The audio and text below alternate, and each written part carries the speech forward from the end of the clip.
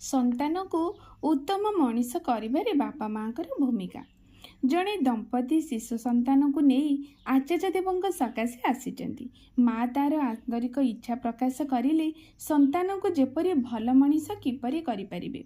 उत्तर रे आचार्य देव कहिले संतान शैशवरु बापा माँ को आचरण को देखे ता देखी ही बहु जिनिस शिखि निए। बापा माँ जदि झगड़ा करती किंबा सेमाने जदि दीर्घ समय मोबाइल रे व्यस्त रुहंती ताहले शिशु कौन शिखिब? से भी काले काले मोबाइल रे आसक्त होई उठिब। तेणु संतान को मनीष करने को हेले उभय को नियंत्रित जीवन जापन करने को हेब।